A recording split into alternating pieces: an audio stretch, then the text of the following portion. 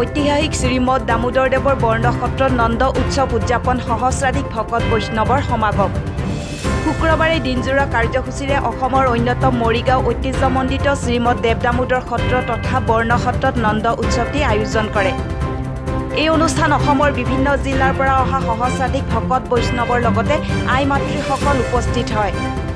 পুৱাৰে পৰা সত্ৰৰ প্ৰাংগণত অসমৰ বিভিন্ন প্ৰান্তৰ পৰা অহা লোকে মূল সত্ৰত চাকি বন্তি ধূপ ধূনা শৰাই নৈবেদ্য দি হৰিনাম কীৰ্তনেৰে দ্বিতীয় বৈকুণ্ঠলৈ পৰিণত কৰে।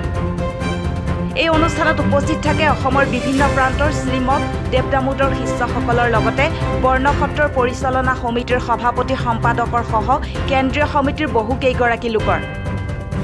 মৰিগাঁৱৰ পৰা ধন্তি কাকতিৰ ৰিপৰ্ট E24 লাইভ ব্ৰেকিং।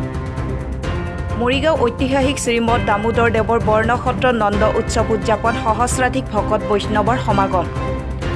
শুক্ৰবাৰে দিনজোৰা কাৰ্যসূচীৰে অসমৰ অন্যতম মৰিগাঁও ঐতিহ্যমণ্ডিত শ্ৰীমদ দেৱদামোদৰ সত্ৰ তথা বৰ্ণক্ষেত্ৰত নন্দ উৎসৱটি আয়োজন কৰে। এই অনুষ্ঠান অসমৰ বিভিন্ন জিলাৰ পৰা অহা সহস্ৰাধিক ভকত বৈষ্ণৱৰ লগতে আই মাতৃসকল উপস্থিত হয়। পুৱাৰে পৰা সত্ৰৰ প্ৰাংগণত অসমৰ বিভিন্ন প্ৰান্তৰ পৰা অহা লোকে মূল সত্ৰত চাকি বন্তি ধূপ ধূনা শৰাই নৈবেদ্য দি হৰিনাম কীৰ্তনেৰে দ্বিতীয় বৈকুণ্ঠলৈ পৰিণত কৰে।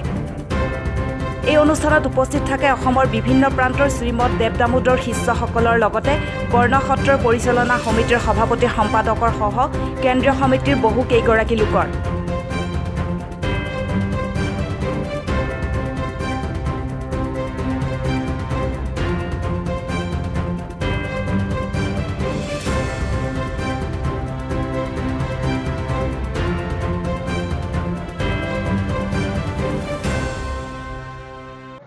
এখন আমাৰ শ্ৰী শ্ৰী বৰ্ণক্ষেত্ৰ এই বৈদিক সনাতন ভাগৱতী বৈষ্ণৱ ধৰ্মৰ সত্ৰ।